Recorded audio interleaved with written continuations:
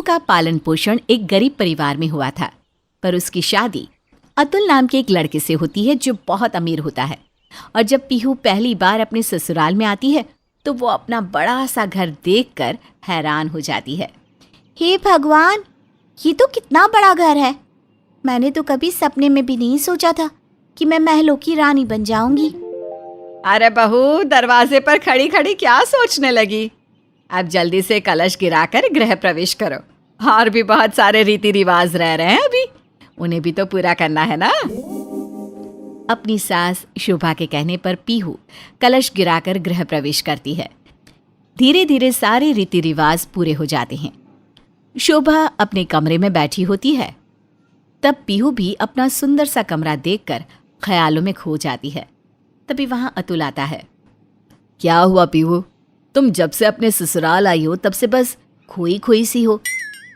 मैं खोई नहीं अतुल जी, मैं तो हैरान हूँ इतना अमीर ससुराल पाकर। आपको पता है, मैंने कभी सपने में भी नहीं सोचा था कि मेरी शादी इतने बड़े घर में होगी। मुझे तो अभी भी यही लगता है कि कहीं मैं कोई सपना तो नहीं देख रही। पीहू, तुम कोई सपना नहीं देख रही, बल्कि ये सब हकीकत है। अब इस तरह से अतुल पीहू को अपने घर परिवार के बारे में बहुत कुछ बताता है, लेकिन पीहू का तो अतुल की किसी भी बात पर कोई भी ध्यान नहीं होता। अब अगले दिन की पहली रसोई होती है। इतने बड़े किचन में पीहू पहली बार आई थी। उसे समझ में नहीं आ रहा था कि वो क्या बनाए। कितना बड़ा किचन है, जितना बड़ा यहाँ का किचन है उतना बड़ा तो मेरा घर था। पर अब मैं करूँ क्या? क्या बनाऊँ पहली रसोई में? रात में अतुल जी ने मुझे बताया था, पर सारी गलती मेरी ही है जो मैंने उनकी बातों पर ध्यान न देकर बस घर को निहारती रही। पीहू काफ़ी देर तक सोचती है और वो साधारण सा खाना बनाकर टेबल पर लगा देती है। खाने पर दाल चावल रोटी सब्जी देखकर शोभा का मुंह बन जाता है, पर वो कुछ भी नहीं बोलती क्योंकि ये उसकी बहू की पहली रसोई थी। बहू, लगता है तुम्हारी माँ ने बताया नहीं कि पहली रसोई में कुछ मीठा भी बनाया जाता है। पर कोई बात नहीं, ये तुम्हारी पहली रसोई है, इसलिए तुमने जो भी बनाया है हम सब इसे प्यार से खा लेंगे। शोभा और अतुल पीहू के हाथ का बनाया हुआ खाना चुपचाप खा लेते हैं। ऐसे ही कुछ दिन बीत जाते हैं, पर अब भी पीहू अपने ससुराल को नहीं संभाल पाती और हमेशा कोई ना कोई गलती करती ही रहती है, जिस वजह से अब शोभा के सब्र का बांध टूट जाता है। और एक दिन, बहू ये सब क्या है? तू ऊपर छत पर कपड़े क्यों धो रही है? नीचे वॉशिंग मशीन रखी तो है। वो मुझे ना बहुत ठंड लग रही थी और माँ जी ऊपर छत पर धूप देखो ना कितनी अच्छी है, इसलिए मैंने सोचा कि आज मैं अपने हाथों से ही कपड़े धो लेती हूँ। अरे वो सब ठीक है बहू, पर तू थोड़ा कम पानी का इस्तेमाल कर। तूने पूरे छत पर पानी गिरा रखा है और ये पानी सीढ़ियों के जरिए नीचे घर में भी जा रहा है। अगर किसी का पैर फिसल गया तो? मैं अभी साफ कर देती हूँ माँ जी। पता नहीं कैसी बेवकूफ बहू मिल गई है जो 3 जनों का परिवार भी नहीं संभाल पा रही। शोभा बड़बड़ाती हुई नीचे जाती है। तभी अचानक से उसका पैर फिसल जाता है। पैर फिसलने की वजह से शोभा सीढ़ी से नीचे गिर जाती है और उसकी कमर में काफी चोट लग जाती है। अरे माँ जी, आप नीचे जमीन पर क्यों लेटी हैं? अरे क्योंकि मेरा मन कर रहा है। बेवकूफ लड़की दिखाई नहीं देता कि मैं सीढ़ियों से नीचे गिर गई हूँ, और ये सब कुछ तेरी वजह से हुआ है। अब चल जल्दी से मुझे उठा और मेरे कमरे तक छोड़ दे। पीहू अपनी सास को उसके कमरे तक छोड़ देती है। रात में जब अतुल घर आता है तो अपनी माँ की ऐसी हालत देखकर तुरंत डॉक्टर को बुलाता है। डॉक्टर शोभा को कुछ दिनों का रेस्ट करने के लिए कहते हैं। माँ, आपने सुना ना डॉक्टर ने आपसे क्या कहा? अब आप घर का कोई भी काम नहीं करेंगे, चुपचाप से अपने कमरे में आराम करोगी। अरे बेटा, अगर मैं आराम से बैठ गई ना तो इस घर को कौन संभालेगा? आपकी बहू है ना माँ। वैसे भी पीहू को आए 6 महीने हो चुके हैं, और अपने ससुराल को जानना, उन्हें संभालना तो लड़कियां 1 से 2 महीने में सीख ही जाती है। वैसे भी मैंने पीहू को इस घर के तौर तरीके, रहन सहन सब कुछ बता रखा है। पीहू बहुत जल्दी सीख जाएगी। क्यों पीहू, सही कह रहा हूँ ना मैं? जी अतुल जी। अरे बेटा, इसकी बस की कुछ नहीं है, इससे घर के काम नहीं होते। तू तो जानता है ना कि मुझे और भी कितने काम होते हैं जो मैं घर से ही करती हूँ। माँ जी, मैं हूँ ना, सब संभाल लूँगी, अब आप आराम कीजिए। पीहू बोल तो देती है कि वो सब कुछ बहुत अच्छे से संभाल लेगी, पर वो कुछ भी संभाल नहीं पा रही थी। अब शोभा के बीमार पड़ने के बाद घर की सारी जिम्मेदारी पीहू के कंधे पर आ चुकी थी। अब क्या था, अतुल ने तो रात को ही कह दिया था कि उसे सुबह जल्दी ऑफिस जाना है, इसलिए वो उसे जल्दी उठा दे। पर हमारी पीहू के बस का कहाँ था सुबह जल्दी उठ जाना। पीहू, सुबह के 9 बज चुके हैं और तुम अभी तक सो रही हो। मैंने तुमसे कहा था ना कि आज मुझे जल्दी उठा देना, मेरी बहुत इंपॉर्टेंट मीटिंग है। हाँ अतुल जी, मुझे माफ़ कर दो, गलती हो गई, आँख ही नहीं खुली। पीहू के माफ़ी मांगने पर भी अतुल उसे माफ़ नहीं करता और गुस्से में वहाँ से चला जाता है। अब इसी तरह से आए दिन पीहू कोई ना कोई गलतियाँ करती और एक दिन पीहू इतनी बड़ी गलती कर देती है कि उसका भुगतान कर पाना मुश्किल था। पीहू, सच सच कहना, तुमने ये डॉक्यूमेंट्स पढ़े नहीं थे ना? अरे तुम्हारे कहने पर मैंने बिना पढ़े इस डॉक्यूमेंट पर साइन कर दिए, ये सोचकर कि तुमने इस डॉक्यूमेंट्स को पढ़े होंगे। तुम्हारी वजह से हमारी कंपनी लॉस में जाने वाली है, हम पूरी तरह से कंगाल हो जाएंगे। अरे बेटा, मैंने तो तुझसे पहले ही कहा था इसके बस की नहीं है अपना ससुराल संभाल पाना, पर तूने मेरी एक ना सुनी। माँ बिल्कुल सही कह रही थी, पर मुझे क्या पता था कि ये इतनी बड़ी लापरवाह इंसान है। बेटा तू मेरी बात मान, इससे इसके मायके छोड़ा, इसके बस की नहीं है ससुराल संभाल पाना। नहीं अतुल जी, नहीं माँ जी, मुझे मेरे मायके छोड़कर मत आओ। मुझसे गलती हुई है, मैं मानती हूँ और मैं वादा करती हूँ आपसे, मैं कोई गलती अब से नहीं करूँगी।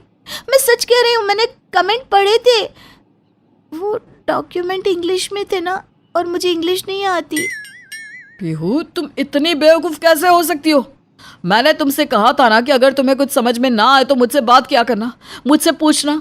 अगर तुम्हें इंग्लिश नहीं आती थी तो तुम साफ साफ मुझे बोल सकती थी ना। अतुल जी, मुझे डर था कि कहीं आप मुझसे नाराज ना हो जाओ। इस तरह से पीहू अतुल और अपनी सास के सामने हाथ जोड़कर अपनी गलतियों की माफ़ी मांगती है और उनसे वादा भी करती है कि वो अपना ससुराल अब बहुत अच्छे से संभालेगी। वो किसी भी तरह की अब कोई भी लापरवाही नहीं करेगी। अतुल जी, मुझे मायके छोड़कर मत आओ, मैं आपसे वादा करती हूँ कि अब से मैं कोई गलती नहीं करूँगी। मुझे एक मौका दे दो, मैं अपने ससुराल को संभाल कर दिखाऊंगी। ठीक है, मैं तुम्हें बस एक मौका और दे रहा हूँ। अगर इस बार भी तुम मेरे घर को या मेरे घर की जिम्मेदारी को नहीं संभाल पाई तो मैं तुम्हें तुम्हारे मायके छोड़ाऊंगा और तब तक तुम्हें वापस लेकर नहीं आऊंगा जब तक तुम एक समझदार और काबिल बहू नहीं बन जाती। पीहू के लाख बोलने पर अतुल पीहू को एक और मौका देता है और इस बार पीहू किसी भी तरह की कोई भी लापरवाही नहीं करती और बहुत अच्छे से अपने ससुराल को संभाल कर दिखाती है, जिसके बाद शोभा की सारी शिकायतें पीहू से खत्म हो जाती है और पीहू एक जिम्मेदार बहू बन जाती है। अरे क्या बात है रामू, आज कपड़े लाने में तूने बहुत देर कर दी, कब से तेरा इंतजार कर रही हूँ। अब क्या बताऊं माँ जी, सारे मोहल्ले में कपड़े धोने वाला मैं अकेला धोबी हूँ, घर पर हाथ बटाने वाला भी तो कोई नहीं है ना। अच्छा अच्छा ठीक है, लाभ जल्दी कपड़े दे, मुझे बाहर जाना है।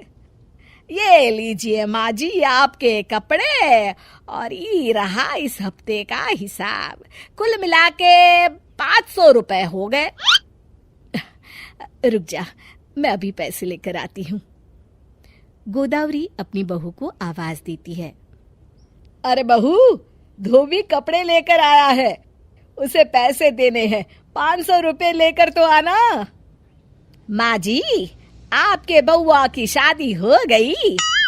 हाँ, अभी पिछले महीने ही शादी हुई है। तभी वहां गोदावरी की बहू योगिता आ जाती है। ये लीजिए माँ जी पैसे। योगिता रामू की लाई हुई रसीद देखती है।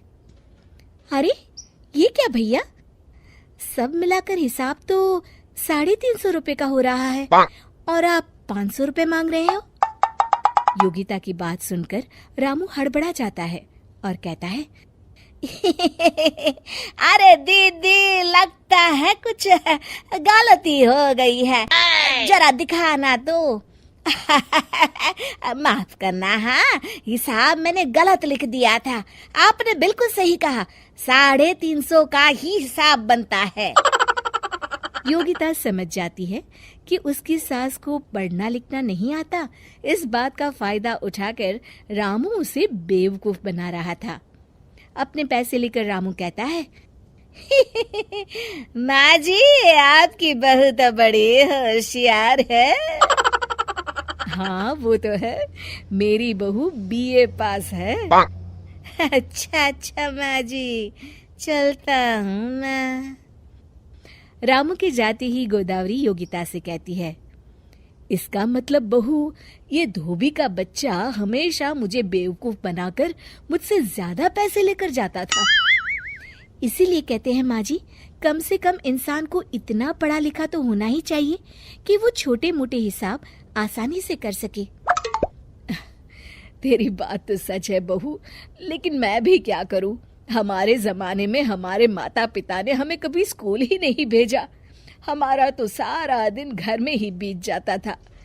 पढ़ने लिखने का कभी मौका ही नहीं मिला। कोई बात नहीं माँ जी, आप अब पढ़ना लिखना सीख लीजिए। क्या बात कर रही है बहू, इस उम्र में अब मैं कहाँ पढ़ना लिखना सीखूंगी? माँ जी, पढ़ने लिखने की कोई उम्र थोड़ी ना होती है, आप जब चाहे तब सीख सकती हैं। इसलिए मैं आपको कल से ही पढ़ाना शुरू कर दूंगी। है? अच्छा ठीक है बहू, जैसी तेरी मर्जी। अगले दिन योगिता अपने पति नितिन से कहती है, सुनिए जी, ये कुछ सामान लिखा है, आप बाजार से ले आइएगा। आज से मैं माँ जी को पढ़ना लिखना सिखाने वाली हूँ। योगिता की बात सुनकर नितिन हंसते हुए कहता है, चलो अच्छी बात है, इसी बहाने दोनों सास बहू का समय कट जाया करेगा। ठीक है, शाम को मैं सारा सामान बाजार से लाकर तुम्हें दे दूंगा। चलो ठीक है, अब मैं चलता हूँ, वरना ऑफिस के लिए देर हो जाएगी। नितिन वहां से चला जाता है। इस तरह योगिता अपनी सास को पढ़ना लिखना सिखाने लगती है। देखते ही देखते कुछ दिनों के बाद गोदावरी पढ़ना लिखना सीख जाती है। फिर एक दिन रामू कपड़े लेकर आता है। माँ जी, कपड़े ले लीजिए। अरे कभी तो वक्त पे आया कर, चल ला कपड़े दे। रामू इधर उधर देखता है और फिर कहता है, क्या बात है माँ जी, आज आपकी बहू रानी कहीं दिखाई नहीं दे रही। अरे वो कुछ दिनों के लिए अपने मायके गई है। रामू मन ही मन सोचता है, इसका मतलब बुढ़िया घर में अकेली है। आज मैं इसे आराम से बेवकूफ बना के ज्यादा पैसे निकलवा सकता हूँ। अरे क्या सोच रहा है, ला हिसाब की पर्ची दे मुझे।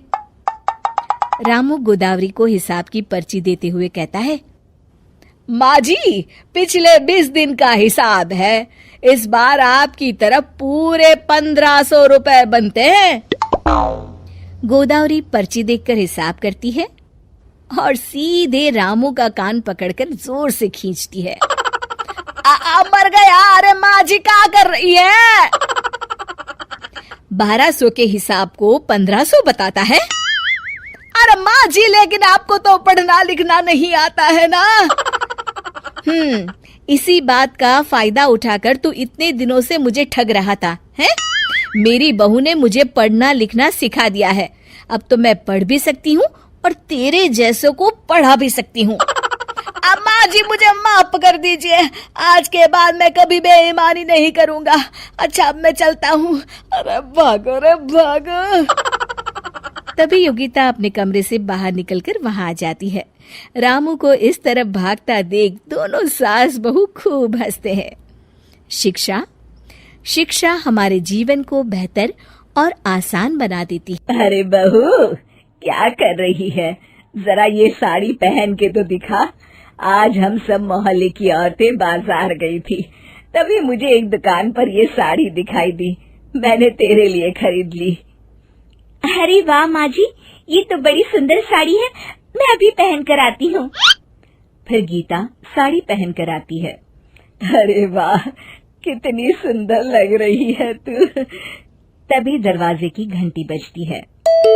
ठहर जा, मैं देखती हूँ कौन है। गीता की सास जैसे ही दरवाजा खोलती है, सामने अपनी बहन को देख बड़ी खुश हो जाती है। अरे कमला, तू इस तरह अचानक कैसे आ गई? एक फोन कर देती, मैं मनोज को तुझे लेने के लिए स्टेशन पर भेज देती। अरे तुझसे मिले बहुत दिन हो गए, तू तो गाँव आने से रही, तो मैंने सोचा मैं ही तुझसे आकर मिल लूं। तभी कमला पूरे घर को देखती है। अरे वाह, घर तो बड़ा शानदार है। फिर कमला सामने खड़ी गीता को देखती है और कहती है, अरे बहू, तूने साड़ी तो बहुत सुंदर पहन रखी है, कहीं शादी में जा रही है क्या? अरे नहीं नहीं, ये साड़ी तो मैं आज ही बाजार से खरीद कर लाई हूँ अपनी बहू के लिए। क्यों, मेरी पसंद अच्छी है ना? दोनों सास बहू का प्यार देखकर कमला मन ही मन सोचती है, अरे लड़ाई झगड़े का दूसरा नाम ही सास बहू है, लेकिन यहाँ तो रामायण उल्टी चल रही है। दोनों एक दूसरे के साथ कितना मिलजुल कर रहती है। मुझे ही कुछ करना पड़ेगा। फिर अगले दिन गीता रसोई घर में खाना बना रही होती है। तभी कमला उसके पास जाकर कहती है, अरे वाह, बड़ी अच्छी खुशबू आ रही है। क्या बना रही है बहू? जी, आलू के पराठे बना रही हूँ मैं। कमला इधर उधर देखती है, फिर धीरे से गीता से कहती है, अरे जिस दिन से मैं इस घर में आई हूँ, मैं रोज देखती हूँ तू अकेले घर का सारा काम करती है। मुझे तुझ पर बड़ा तरस आता है। अरे तू अपनी सास से भी कुछ काम करवा लिया करना। गीता मुस्कुराकर जवाब देती है, अरे माँ जी, मेरे होते हुए भला मेरी सास को काम करने की क्या जरूरत है? अरे बहू, तू अभी नई नई इस घर में आई है, तुझे कुछ नहीं पता। मैं तो तुझे बुजुर्ग होने के नाते समझा रही हूँ। मैंने ये बाल धूप में सफेद नहीं किए, दुनिया देख कर बैठी हूँ। मैं अपनी बहन को अच्छी तरह जानती हूँ। कल ही वो मुझसे कह रही थी, जब से गीता इस घर में शादी करके आई है, हमारा तो एक नौकरानी का खर्चा बच गया। गीता हैरानी से कमला से पूछती है, क्या सच में माँ जी मेरे बारे में ऐसा सोचती है? हाँ, बिल्कुल ऐसा सोचती हैं। अरे मैं तो तुझे अपनी बेटी की तरह मानती हूँ, इसलिए तुझे समझाने आ गई। आगे तेरी मर्जी। इतना कहकर कमला वहाँ से चली जाती है। फिर उसी शाम जब गीता की सास बाजार से सब्जियां लेकर घर आती है, तो उसे देखकर कमला कहती है, अरे क्या हुआ बहन, आज तूने बाजार से आने में बहुत देर कर दी। अब क्या बताऊं कमला, आजकल मेरे घुटनों में बहुत दर्द रहता है, ठीक से चला भी नहीं जाता। हाँ, तो अब क्या पछता रही है? इसमें आखिर गलती तो तेरी ही है ना।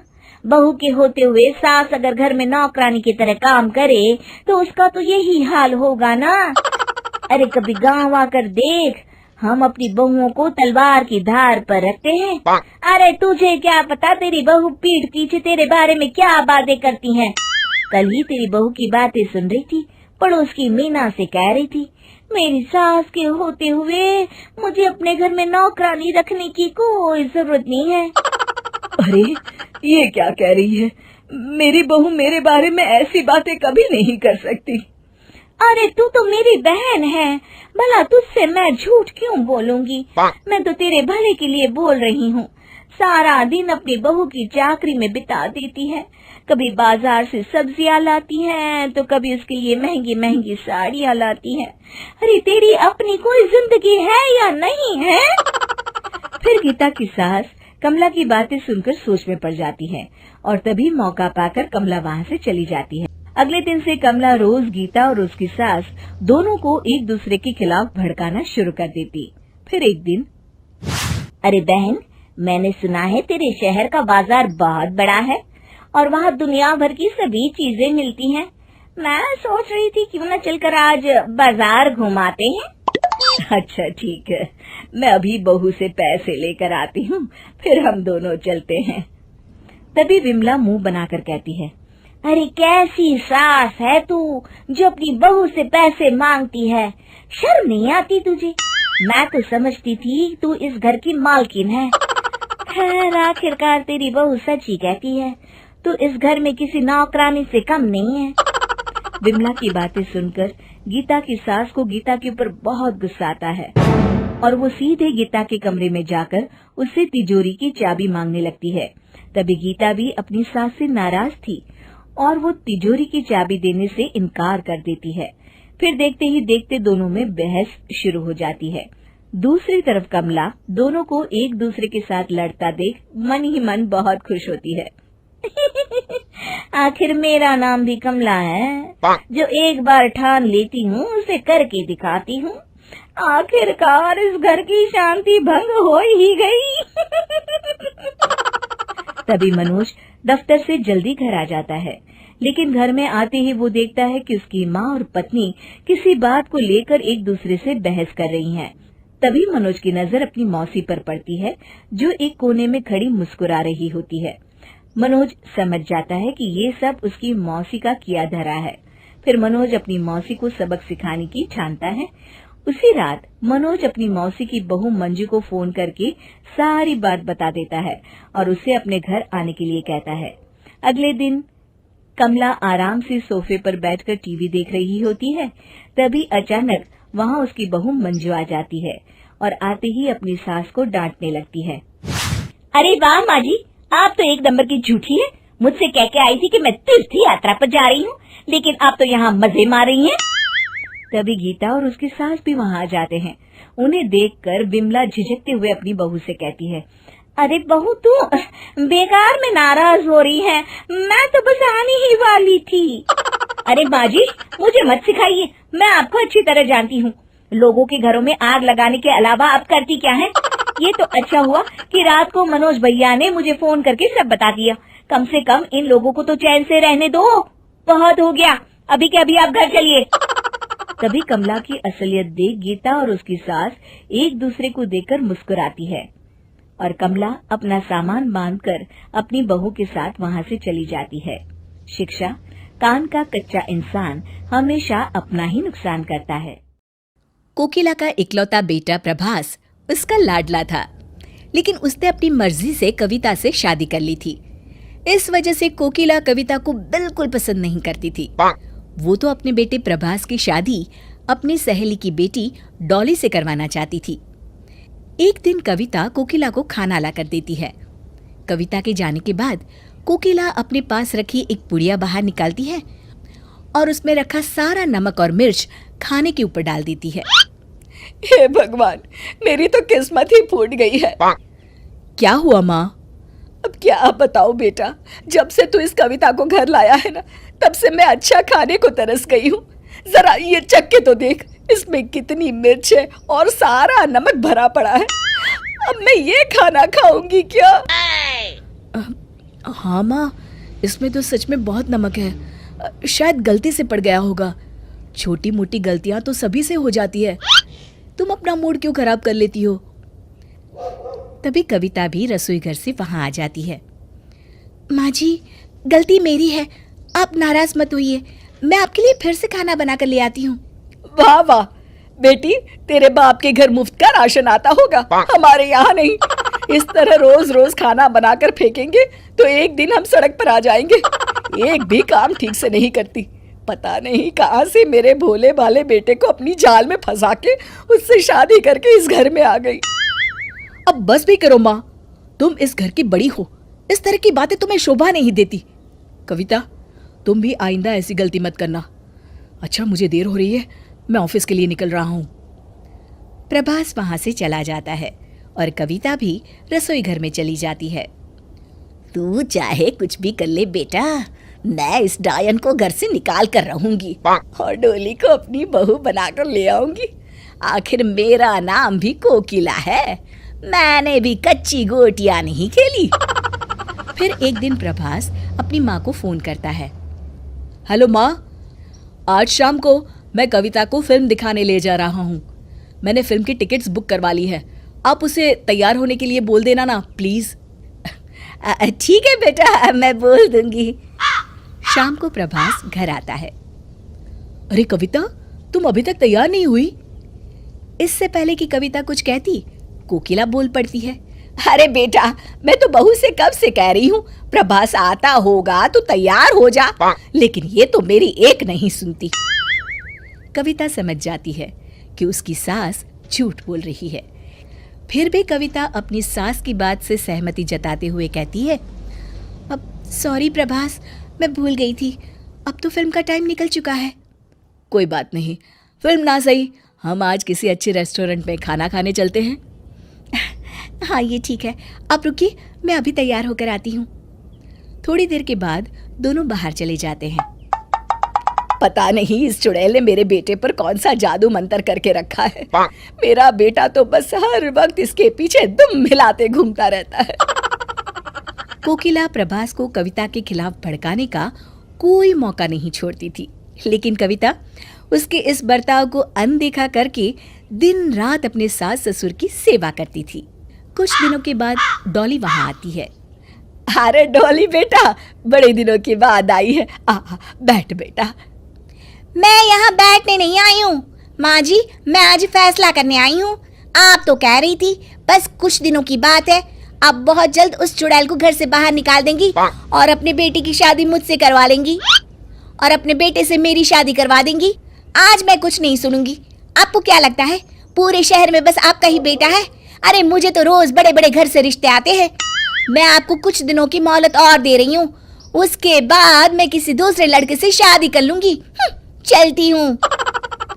डॉली के जाते ही, देख लो, ये है तुम्हारी पसंद और एक है हमारी बहू जो दिन रात तुम्हारी सेवा करती है, और आज तक उसने कभी भी तुमसे ऊंची आवाज में बात करना तो दूर, कभी तुमसे नजर मिला के भी बात नहीं की।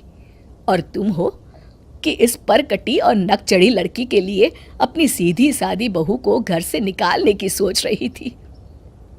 आज इसके ये तेवर है, जरा सोचो आगे चलकर ये क्या करेगी। अपने पति की बातें सुनकर कोकिला को अपनी गलती का एहसास हो जाता है। आप बिल्कुल सही कह रहे हैं जी, मैं आज तक अपनी बहू के साथ गलत सलूक करती आई हूँ। मेरी गलती है जो मैं सीता और सुपर्णखा में फर्क नहीं कर पाई थी।